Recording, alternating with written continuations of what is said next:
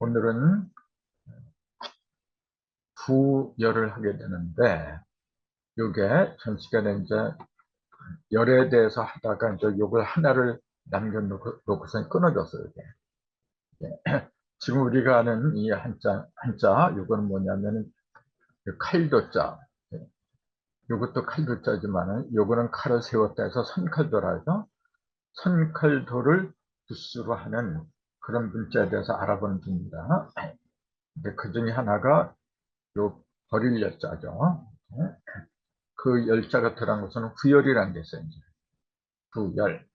그 열은 열인데, 이때 벌어질 열, 늘어설 열 또는 줄열 이렇게 얘기를 하거든요. 줄은 줄인데 어떤 줄이냐면은 뒤후자, 뒤에 서 있는 줄이다. 그 뒤로 늘어선 열이다. 그런 의미가 되겠죠. 근데 뒤를 갖다가 후라고 하고 후를 이렇게 쓰잖아요. 그럼 왜 후를 이렇게 쓰고 그걸 뒤라고 하게 됐느냐? 또 그걸 알아봐야 되겠죠. 그 뒤후자를 보면은 왼쪽에 그리고 대개 사람들이 이거 갖다 두인변이라 하는 거.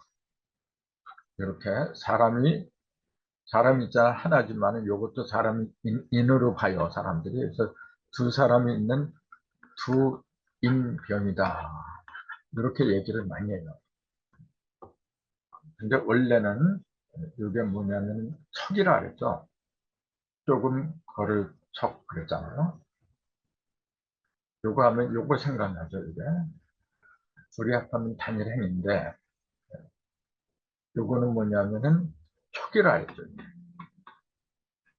요거는 척자고 조금 걸을 척이고 요거는 자축거를 척이라 했죠. 걸어가는데 자축자축 되면서 이제 걸어가는 모습. 그래서 척하고 촉을 합한 게 단일행이다. 이렇게 썼죠. 이렇게. 그때 여기 두인변이면서 조금 걸을 척이라고 하는 거죠. 이게. 그 다음에 이제 오른편에 있는 거. 이게 뭐냐면은 위에 있는 게 요거죠. 작을 요자. 이렇게 썼지만은 이렇게 붙여도 써요. 작을 요. 여기다가 이렇게 작을 소자를 하면은 실사변이 된다 그랬잖아요. 정확히는 그 덮을 멱이라 했죠. 가는 실멱. 보통 이걸 실사 그러는데 원래는 멱자입니다. 이거 하나만 있으면은 실사라고 하려면 두 개가 있어야만이 실사가 되는 법이죠. 근데 보통 하나 있어도 실사변이다. 그러니까 이제 그렇게 넘어가는 거죠. 그냥. 아무튼 이게 작을 요자에다가 작을 소자를 합하면 실사변인데 그냥 요것만 있으면은 작을 요라 그러죠. 이게. 그 다음에 작을 요에다가 밑에 요게 있잖아요. 이거. 여기서 이제 뒤져서 옳지 그랬어요. 뒤져서 옳지.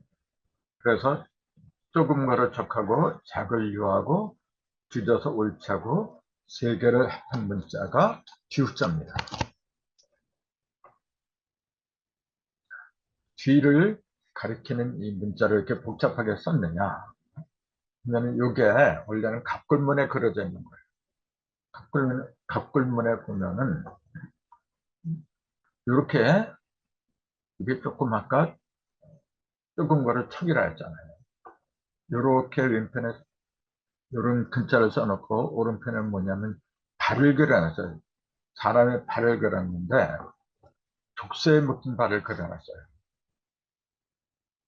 사람의 발을 족쇄로 채우는 그런 그림을 그려놨어요. 요거와 같아서. 그러니까 요거는 걷는 거고 조금씩 걷는 거고 걷는데 족쇄에 걸린 발로다 걷는 거죠. 그렇게 되니까 뭐냐면 다른 사람보다 족쇄를 채우지 않은 사람보다 아무래도 뒤로 처져요. 그래서 뒤로 처지니까 뒤후라고 하게 된 거예요. 뒤로 처진다. 뒤후. 이렇게 얘기한 거예요. 그래서 뒤후자라고 됐는데 여기서 우리가 또 하나 알아야 될 게 여기 작을 요자 있잖아요. 이거. 작을 요자는 본래 이렇게 그린다 그랬잖아요. 근데 요거는 본래 무엇을 그린 거냐 하면은 실타래를 그린 겁니다. 실타래. 우리가 배틀에 그 실타래가 있잖아요. 그 실타래 모양을 이렇게 그린 거예요. 이렇게. 실타래를 그린 건데 요 밑에다가 이렇게 작은 숫자를 이렇게 한 건 뭐냐면은 실이 3번 꼬인다는 걸 얘기해요. 그 실을 3번씩 이렇게 꼬이고 꼬이니까 실이 그만큼 가늘어진 거거든요. 그래서 가는실 여기라는 말이 생겼다. 그것도 참고로 이제 말씀드리려고 한 거죠. 아무튼 디귿자는 조금씩 조금씩 이렇게 걸어가는데 본래는 사람의 발에다가 족쇄를 친 모습이었더라. 근데 그걸 갖다 족쇄의 모습을 갖다가 이렇게 실타를 가리키는 요 요자하고 그 다음에 뒤로 쳐진다는 요 후자하고 뒤저울 치자 요거하고 이렇게 하나 둘 세 개를 합해서 만들었더라. 그렇게 기억하면 될 겁니다. 그 다음에 또 손칼도가 들어가는 한자로는 형벌형이라고 있어요. 비교적 이것도 많이 쓰고 있어요, 현실에서. 그 형벌형자, 이거 모르는 사람이 별로 없을 거야, 아마. 근데 이것도 이제 두 가지가 이루어졌어요. 이게 왼쪽에 있는 그걸 이제 견이라 하죠. 평평할 견, 이렇게 얘기하죠. 그 다음에 칼도자, 이 두 개가 결합한 모습이다. 이렇게 나왔어요. 그럼 평평할 견자를 보면은 이렇게 돼 있어요, 지금. 이렇게. 요거 이제 붙이면은, 요거하고 요거 붙이면은 이렇게 되고, 요거하고 요거 붙이기 이렇게 되고, 요거 붙이기 이렇게 되고, 그 다음에 이렇게 된 거예요. 원래 이렇게 떨어져 있었는데, 이거 한 대로 붙여버렸어요, 이제. 그러면서 이렇게 평평하잖아요. 그 다음에 이것도 같이 이렇게 평평하게 수직선으로 내려왔다. 그러니까 옆으로 건 또 위아래 공간에 평평하게 벌어졌다. 그런 모습 이제 그린 거거든요. 근데 이제 금문이라는 그 글자를 보면은 원래는 우물정자하고 칼도자가 결합한 그런 형태였어요. 우물정자를 보세요, 이거. 네. 요거하고 상당히 비슷하잖아요. 네. 우물정자도 보면은 사방이 전부 다 평평한 거예요. 요것도 평평하고 요것도 평평한데 다만 다른 거는 요거는 이렇게 구부러지게 한 거죠. 이렇게. 요건 뭐냐, 물이 흐른다 그런 얘기죠, 이제. 예. 그래서 본래는 우물정자하고 거기다 칼도자를 이렇게 붙였던 게 옛날 글자였어요. 근데 요게 이렇게 되는 거죠, 이렇게. 그러면은 여기서 이제 의문이 든 게 뭐냐면, 우물하고 칼도자하고 둘을 붙여놓은 걸 갖다가 형벌형이라 해서요. 아니, 우물하고 칼하고 형벌하고 무슨 상관이 있어요? 근데 옛날에는 지금 요걸 우리가 우물정, 모든 사람들 우물로 알고 있죠. 우물로 알고 있는데, 요게 본래는 우물이 아니고, 우리를 가리켰어요. 그 돼지를 가두는 돼지 우리, 뭐 그렇게 얘기하잖아요. 그럼 요거는 죄수를 가두는 우리를 말해서요. 죄수를 압송하거나 가둬두는 나무로 만든 울타리만 그린 거예요. 원래 요 글자가. 거기다가 이렇게 칼도자를 하니까 요걸 죄수가 압송당하고 칼도자니까 형벌이란 말이 금방 떠오르잖아요. 근데 단순하게 물을 담고 있는 우물로 생각한다면은 우물하고 칼하고 도대체 형벌하고 무슨 연관이 있나, 그런 의문에서 벗어날 수가 없겠죠. 그러니까 요 우물정자는 원래 죄수를 압송하던 그 울타리를 가리켰다. 즉 우리를 가리켰다. 그렇게 기억하는 게 좋을 겁니다. 그래서 이제 금문에서는 요게 죄수를 압송하던 우리였는데 이제 소전이라는 그 글 자체가 되면서 이게 이제 이렇게 바뀐 거예요. 우리가 쓰고 있는 그런 모습으로 이제 바뀐 거죠. 이게. 그래서 이 형이 들어가는 형벌형이 들어가는 문자는 이것도 상당히 많은데 여기서 중요한 것만 이렇게 뽑아봤어요. 그 중에 맨 첫 번째가 형벌이죠. 형벌. 많이 쓰잖아요, 지금요. 그 형자는 방금 전에 설명을 했고, 이제 벌은 이게 벌할 벌자죠, 이게. 벌을 내린다. 하늘이 벌을 주신다. 근데 벌을 왜 이렇게 쓰느냐? 벌자를 보면은 위에 이렇게 눈 목자를 옆으로 누인 거, 이걸 그물망이라 했잖아요. 그물망, 이렇게 쓴다 그랬죠? 이걸 바로 세우면은 눈 목자가 되는 거고, 그 음과 양, 음과 양은 상대성을 말하는 거거든요. 상대적인 것 갖다가 담고 있는 그릇을 말하는 거죠. 그게 바로 세면 눈 목자고 눕히면 이제 그물이라고 했는데, 그래서 눈하고 그물은 원래 같은 겁니다. 그물. 그 물고기들은 그물에 갇히면 벗어날 수가 없어요. 사람도 마찬가지예요. 내 두 눈에 무언가 들어왔어요. 내가 그 의식을 가지고서 그걸 똑바로 보고 있으면은 내 눈에 비치는 그 어떤 것도 벗어날 수가 없어요. 마치 물고기가 그물에 갇힌 물고기가 그물을 벗어날 수 없듯이 그런 그물망 밑에다가 말씀원하고 칼도자가 새겨진 거. 말씀원과 칼도자. 그러니까 말씀은 말씀인데 칼로다가 새긴 거죠, 이렇게. 그러면은 이게 무슨 자냐면 이게 소리현이라 그래요. 이것도 글자입니다. 저도 이번에 처음 알았어요. 이게 준비하면서. 잘 안 쓰니까. 이런 글자는 잘 안 쓰잖아요, 이게. 근데 이게 현자예요. 소리 현자예요. 근데 소리는 소리인데 어떠한 소리냐면은 죄인을 흥문하는, 죄인을 다스리는 그런 소리를 말하는 거예요. 말씀은 말씀인데 칼같이 날카로운 말씀이다. 그 죄인을 추국하는, 탁달하는 그런 말씀을 가리키는데 그걸 현이라 그래요. 그 현 위에다가 그물을 갖다 뒤집어 씌운 거야, 이렇게. 그리고 여기서 벗어날 수가 없는 거라, 이렇게 되면. 그래서 그물에다 씌워가지고 그 죄 지은 벌에 대한 대가를 다 받게 하는 걸 벌이라 그러죠. 그걸 형벌이라고 한다. 그렇게 얘기합니다.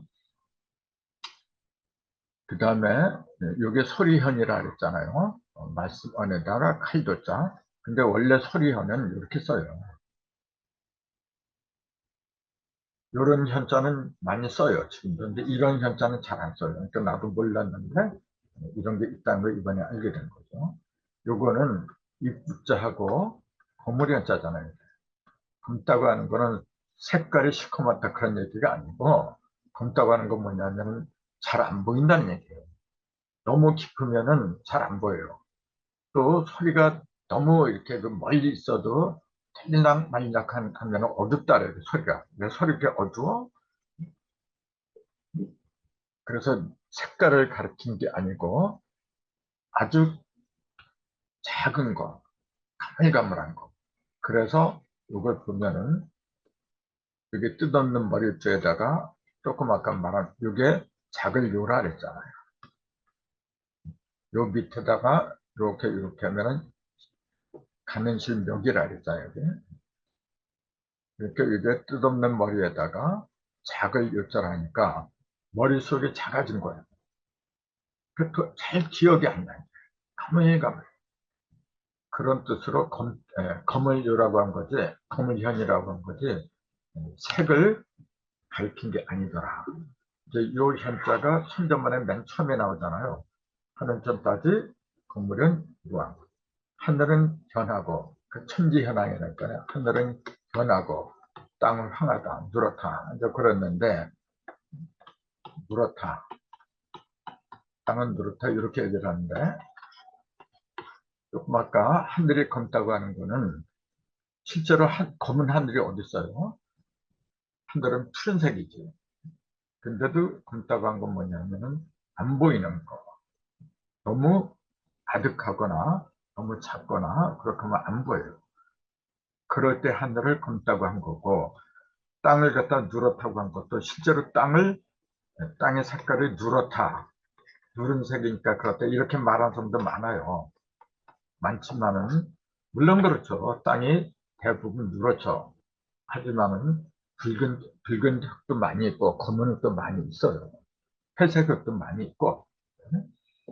그래서 이때, 그 땅이 누렇다는 것도 실제로 색깔을 가리킨 게 아니고, 이때는 이 누르 한자가 무슨 뜻이냐면은 여기서 온 겁니다. 눌리다, 누르다, 여기서 온 거예요. 눌리다, 누르다. 이게 왜 그러냐면은 하늘은 뭐냐면은 하늘은 가벼운 거죠. 허공이기 때문에 하늘은 아무런 무게가 없어요.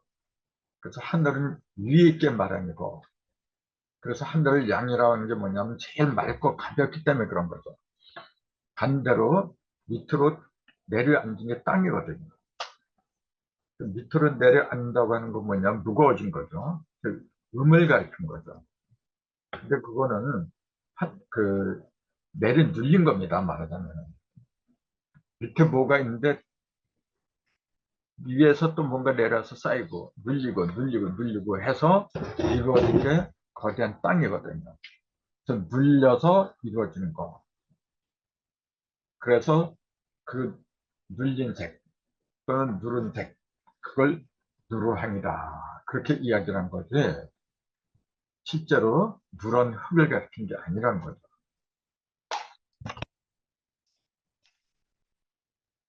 그 다음에 형자가 들어간 것은 형사라고 있잖아요. 또 형사. 네. 이거는 사자는 일사라고 보통 그렇게 일사 또는 선길사, 이제 여러 가지 뜻이 있죠. 이것도. 근데 제일 많이 쓰는 게 일사죠. 이게 섬길사라고도 부르는데, 그때는 사인여청 그러죠. 이렇게 사람을 섬긴다 할 때는 사람을 섬긴다, 이때는 섬길사라 그래요. 이렇게 같을 여자, 하늘 천자, 하늘처럼 사람을 섬긴다. 여기 동학의 기본 정신이잖아요. 이때는 섬길사지만은 섬길사로 쓰는 경우는 별로 많지가 않아요. 대부분 일을 가르쳐요. 일. 근데 이 일사자를 보면은 이렇게 돼 있어요. 이게 한입자고 입구자, 그러니까 한입자고 입구자 이렇게 있잖아요. 이렇게. 요것도 글자입니다. 뜻지라 그래요. 뜻을 가리키는 한자는 본래 선비사에다가 마음심을 쓴 거죠. 그래서 선비의 마음이 올바른 뜻을 상징한다 해서 이제 뜻지라고 했는데, 요것도 일구도 뜻지라 해요.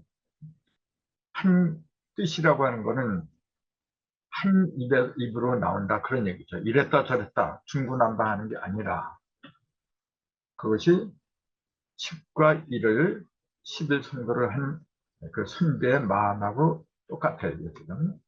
그래서 뜻지가 이렇게만 쓰는 게 아니고 하나의 입을 가리키는 일구, 이것도 뜻지라고 한다는 거. 뜻자를 쓰고 그 다음에 이렇게, 이게 이제 불사자, 이렇게 이거는 무언가 손으로 쥐어준 움켜진 상태라 했잖아요, 지금. 이렇게. 요거는 손을 말하는 거고, 요거는 손으로다 뭔가 움켜진 상태라 했잖아요. 그럼 뭘 움켜졌냐면, 요 짝대기 하나를 움켜진 거예요, 이렇게. 요 짝대기가 뭐냐면 붓이라 했잖아요. 그래서 요 글자는 붓사라고 한 거고, 여기다가 이렇게 두 개 붙이면 분율자라 그랬잖아요. 그래서 여기다 시험정가에 책자를 붙이면은 이게 법률율이다. 이렇게 하면 법률율이다. 이렇게 해야겠죠. 좌측거를 조금 거를 축을 붙이면은 붓이 조금씩 이렇게 앞으로 가는 거. 그러니까 어떤 깨달음을 향해서 나아가게 하는 도구가 붓이다 해서 분율이라고 한 거죠. 또는 법률일자 이렇게 쓴 건데 어쨌건 뜻을 가리키는 뜻지자에다가 손으로다가 붓을 이렇게 들었어요. 꿰매 관통을 해버렸어요.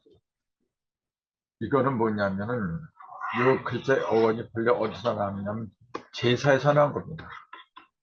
이 한자는 그 제사에서 많이 나와요. 한자하고 연관된 게 제사하고 굉장히 많이 연관돼요. 예전에 그 제사를 이렇게 지내잖아요. 제사를 지내고 그 다음에 재관한테 사람들이 뭐 물어봐야 돼. 옛날에 재관들은 거기다가 이 사주명리 같은 거 이런 걸 잘 봐요. 또 무당 같은 사람들 이런 사람들이 재관을 많이 했는데 그 참 제사를 끝낸 다음에는 뭐냐면은 점을 쳐요. 이제 점을 칠 적에 그 재관 또는 사관이라는데 그 사람 손에 무언가 이렇게 거머쥐고 서 있는 모습을 그린 거예요. 붓을 들고 붓을 들고 이렇게 서 있어요. 그러면서 무언가 보려고 이제 그 모습을 갖다가 그린 게 이거예요. 지금. 그래서 왜 일사자라고 했냐면 제사가 끝나고 사람들의 여러 가지 그 질문 같은 거 있잖아요. 그 사람의 앞날 같은 거 그런 걸 봐주는 게 큰 일이었거든. 그것도 일이다 해서 일사자라고 하게 된 거거든요. 그 다음에 형자가 들어간 것이 형장 이런 게 또 나오죠. 형장의 이슬로 사라지다. 그런 표현을 많이 쓰는데 형장은 형을 집행하는 장소죠 이게. 그래서 사형을 집행하는 곳을 형장이다 이렇게 얘기를 하죠. 이때 장자는 뭐냐면 마당장이라죠. 이것도 다 알 거야 아마. 근데 마당을 왜 이렇게 썼느냐. 그 마당이니까 당연히 흙이 붙었죠. 흙자. 그 다음에 거기에 같이 딸려붙은 게 요자잖아요. 요게 양자입니다. 이게 그래서 변양자죠. 벽.